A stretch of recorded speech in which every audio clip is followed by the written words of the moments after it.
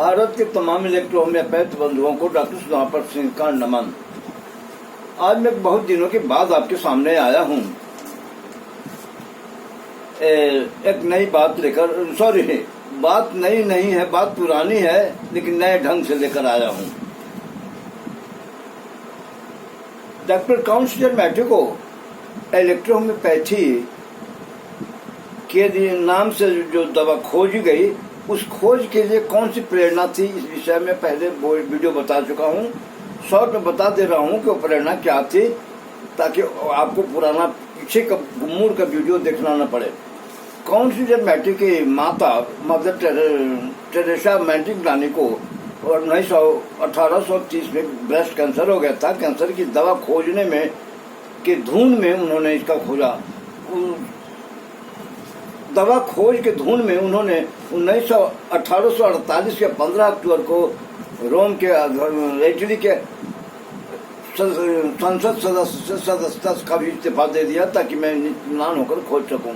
और इस कहानी को मदर मैट्रिक रानी के ब्रेस्ट कैंसर को थोडोक्रॉस ने या उसके समर्थकों ने कहा, किताबों में लिख दिया कि काउंसिलर मैट्रिको की कुतिया बीमार थी और कुतिया के दवा की खोज में घास पर लौट के ठीक किया घाव को और उससे उन्होंने कैंसर का इलाज किया। वास्तव में उनकी माता जी को ब्रेस्ट कैंसर हुआ था। इतना गलतफहमी फैला दिया गया है कि सही बात समझने में नहीं आ रही है। आज मैं बताता हूँ कि डॉक्टर सीजर मैटी ने इलेक्ट्रोहोम्योपैथी की औषधि या नई खोज पौधों में क्यों किया। आप नेट पर जाएंगे या किताबों में पढ़ेंगे, पौधा क्या कोशिका और इसका जंतु कोशिका में बहुत विभेद नहीं है। दोनों के फंक्शन एक तरफ है, स्ट्रक्चर में थोड़ा अंतर है। किसी में वाल सेल है तो किसी में झिल्ली है, किसी में लाइसोसोम नहीं है तो किसी में लाइसोसोम है। इस तरह की बातें है। लेकिन केमिकल के बारे में जो पौधों में है वही आदमी की कोशिकाओं में भी होती है। फर्क ये है कि आदमी के शरीर में जो कोशिकाएं केमिकल बनाती हैं, आदमी के शरीर में उत्सर्जन बड़ा उत्कृष्ट उत्सर्जन एक्सक्रीटरी सिस्टम है, और जिसकी वजह से जो बनता है वो एक्सक्रीट कर जाता है, शरीर में रहता नहीं है। लेकिन पौधों में ये उत्कृष्ट एक्सक्रीटरी सिस्टम का अभाव है। वो जो पौधे बनाते हैं केमिकल, वो उनमें सुरक्षित रह जाती है। पौधे जब उन्होंने खोजा कि जब पौधे में इस तरह के हैं कि उनका एक्सक्रीटरी सिस्टम नहीं है, तो जितनी भी चिकित्सा पद्धतियां हैं सभी के सभी पौधों को ही औषधि के लिए ढूंढा है। अगर वो एक्सक्रीट कर जाता तो पौधा के रस दवा के लिए लोग नहीं खोजता। ऐसे भी साधारण से सांस लेने से लेकर ऑक्सीजन से लेकर भोजन और आवास और वस्त्र तक की सारी व्यवस्थाएं हमें पौधों से होती है। फिर मेडिसिन के लिए भी अलग क्यों खोजा जाए, इसलिए मैटी ने उस पौधों को आधार बनाया। और उन्होंने इसके लिए आर्ट फोर्स की थ्योरी उसमें नहीं थी। आर्ट फोर्स की थ्योरी 1809 में ब्रजीलियस ने बताया, स्थापित किया। और उसका बोहलर शिष्य ने बोहलर ठीक 1835-15 में वो जस्ट काट कर दिया, यूरिया बना के दिखा दिया कि नहीं, आर्ट फोर्स थ्योरी गलत है। हाँ, वर्तमान को समझने के लिए इतिहास का, अतीत का अध्ययन जरूरी है। अगर वो अतीत का अध्ययन नहीं होता तो आज हम नहीं बता पाते कि इलेक्ट्रोहोम्योपैथी की दवाइयाँ और फोर्स नहीं, केमिकल कंपाउंड्स एंजाइम्स हैं, ऑर्गेनिक कैटलिस्ट एंजाइम है। मैटी ने एक्सपेरिमेंट किया तो देखा कि पौधे में दो तरह की बातें होती हैं। एक सर्टेन कंसंट्रेशन पर पौधे के जो हैं शरीर के साथ रिएक्ट करते हैं, और एक सर्टेन कंसंट्रेशन के बाद वो पौधे रिएक्ट नहीं करते हैं बल्कि रोग को ठीक करते हैं।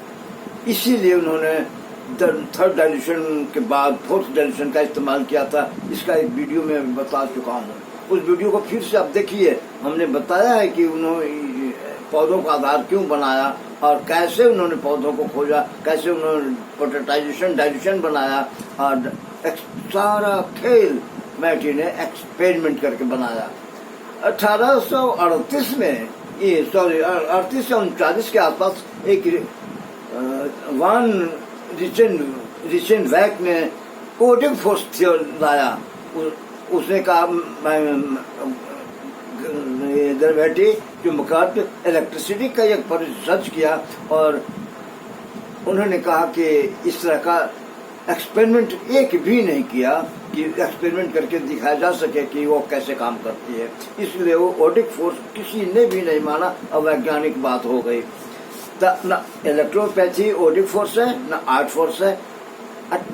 जिस समय खोज हुई थी उस समय भी एंजाइम की खोज नहीं थी। कई एक बार मैंने बताया कि 1890 में एंजाइम की खोज हुई और तब हुआ कि पौधों में ऐसे भी प्राइमरी प्रोडक्ट होते हैं जो मेडिसिनल प्रॉपर्टी गुण देते हैं और फिजियोलॉजिकल या पैथोलॉजिकल एक्शन नहीं देते हैं।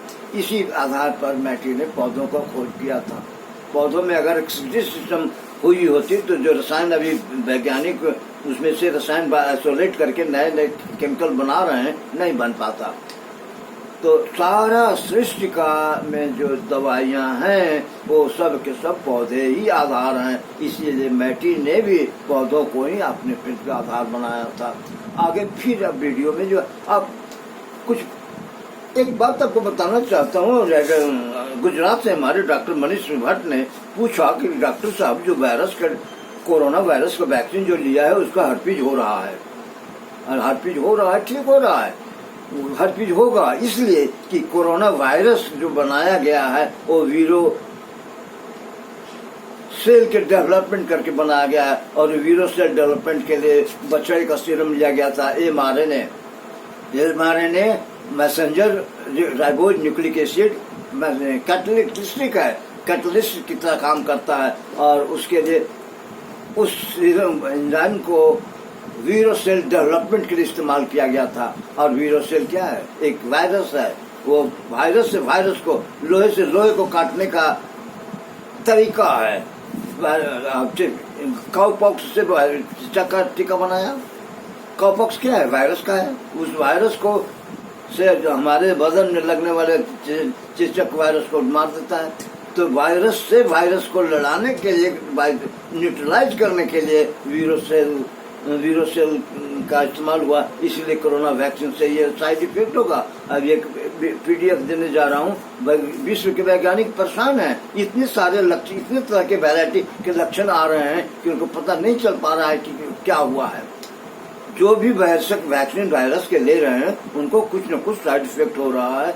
वो एक वीडियो पीडीएफ में मैं बताने जा रहा हूँ। हो सकता है कि आपके कमेंट बॉक्स में भी मैं उसको लोड करूँ, इसलिए हमारा कमेंट बॉक्स जरूर देखिएगा। कमेंट बॉक्स किसी भी वीडियो का प्राण होता है। अगर बहुत सारी बातें मैं नहीं कह पाता हूँ वो कमेंट में कहूँगा।